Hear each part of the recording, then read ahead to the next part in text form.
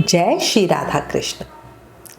इत्र है शाम, सुगंध है राधा, प्यास है शाम, जल है राधा, नाव है शाम, पतवार है राधा, मौज है शाम, किनारा है राधा, संसार है शाम तो संसार का सार है राधा, किस्मत है शाम तो सौभाग्य है राधा।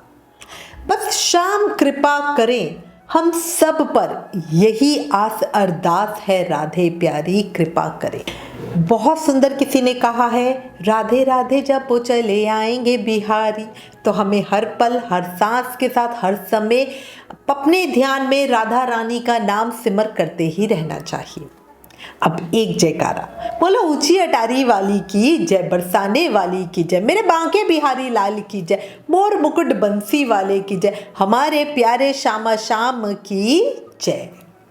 देखिए, जिस तरह से राधा बिना कृष्ण अधूरे हैं, कृष्ण के बिना राधा अधूरी हैं, इसी तरह इस संसार में भक्त के बिना भगवान और भगवान के बिना भक्त भी अधूरे हैं। जब हमें पता है कि भगवान को पाने का एकमात्र साधन भक्ति है, तो क्यों ना हम भी अपने कान्हा के होकर अपने जीवन को सार्थक कर लें, श्री कृष्ण के श्री चरणों में संपूर्ण समर्पण कर दें और इस भव सागर से पार हो जाए।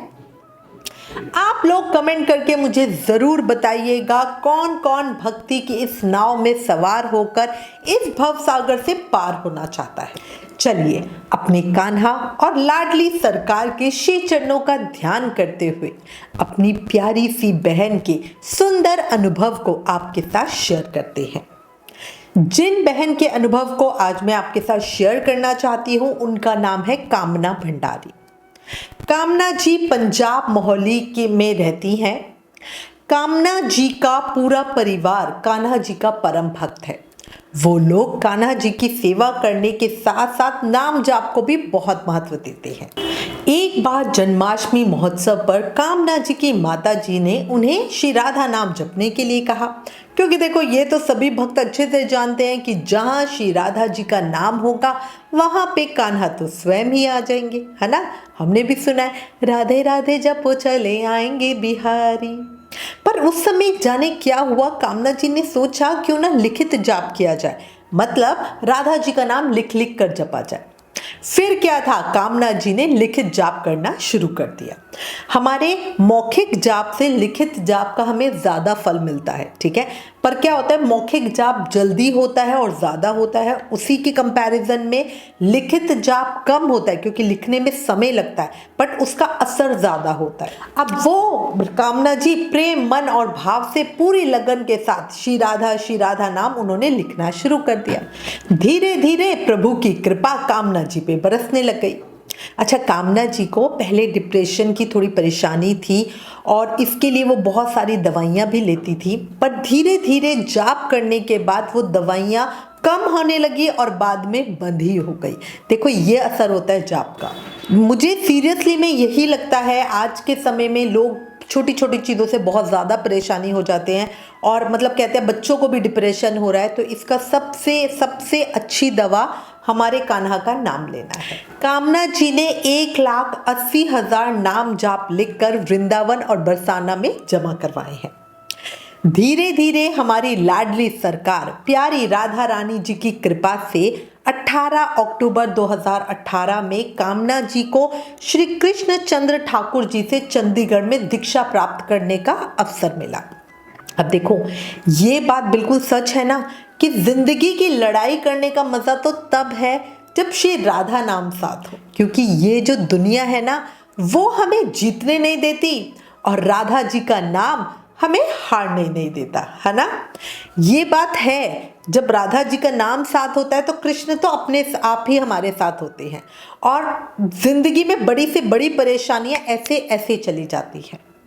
जो लोग श्री राधा रानी का नाम का जप करते हैं वो श्री कृष्ण को स्वयं ही पा लेते हैं। एक जयकारा तो बनता है, बोले राधे प्यारी की जय, बरसाने वाली की जय, रस बरसाने वाली की जय, ऊंची अटारी वाली की जय, मेरे श्यामा श्याम की जय।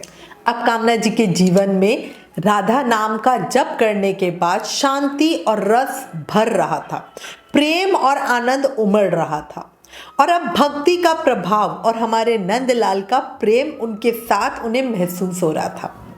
एक बार कामना जी को स्वप्न में उन्होंने क्या देखा कि काले शिवलिंग पर लड्डू गोपाल जी बैठे हुए उनको दिखाई दिए। मतलब अपने आप में सपना तो बहुत शुभ था कि आपने भगवान को देखा, बट ऐसा आपको दृश्य देखने को नहीं मिलता ना कि शिवलिंग के ऊपर लड्डू गोपाल बैठे हुए हैं। उन दिनों मतलब जब मैंने भी ये फोटो देखी नहीं थी, जब तक कामना जी ने मुझे दिखाई नहीं थी। उन दिनों कामना जी पूज्य गिरी बापू जी की कथा को बहुत ही भक्ति के साथ सुनती थी। वो कहते हैं ना, जहाँ चाह होती है वहाँ राह तो खुद ही मिल जाती है। 17 फरवरी 2023 में पूज्य गिरी बापूजी महाराज की कथा वृंदावन में हो रही थी। कामना जी ने अपने पूरे परिवार के साथ प्लान किया कि क्यों ना वृंदावन जाकर ही बापूजी की कथा लाइव में सुनी जाए। 17 फरवरी को वो लोग वृंदावन आए और 18 फरवरी 2023 को कामना जी अपने परिवार के साथ वृंदावन में स्थित फोगल आश्रम में पहुंची, जहां पर गिरी बापूजी की कथा हो रही थी। आश्रम के अंदर जाते ही कामना जी बिल्कुल हैरान हो गई। क्यों हैरान हो गई? थोड़ी देर के लिए तो वहां का नज़ारा देखकर उनको ऐसा लगा जैसे वो सपने में हो।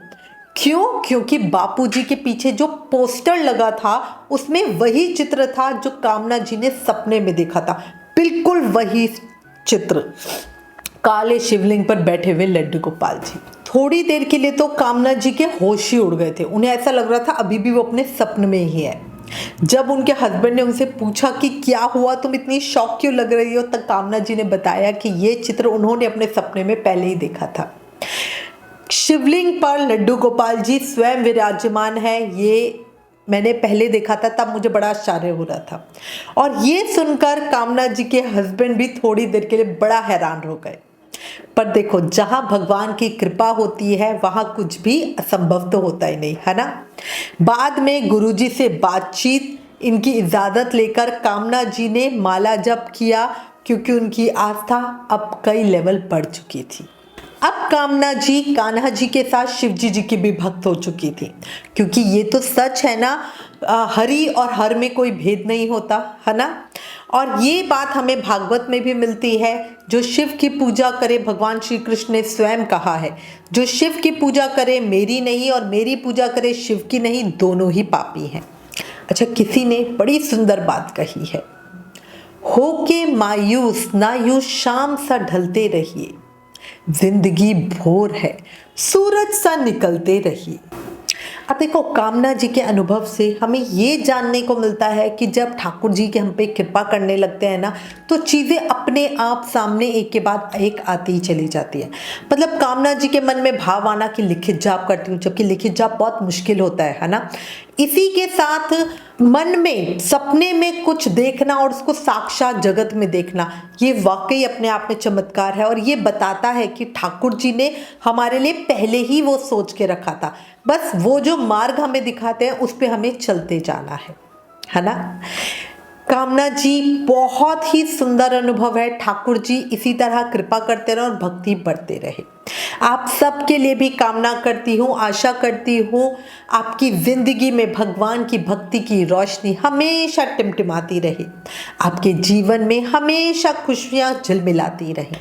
अगर आपको ये विचार, ये कथा, ये अनुभव पसंद आया हो तो प्लीज़ इस वीडियो को ज़्यादा से ज़्यादा शेयर करें। हमें आपके साथ और सपोर्ट की बहुत ज़रूरत है। Please like, share and subscribe. Thank you. जय श्री राधा कृष्ण।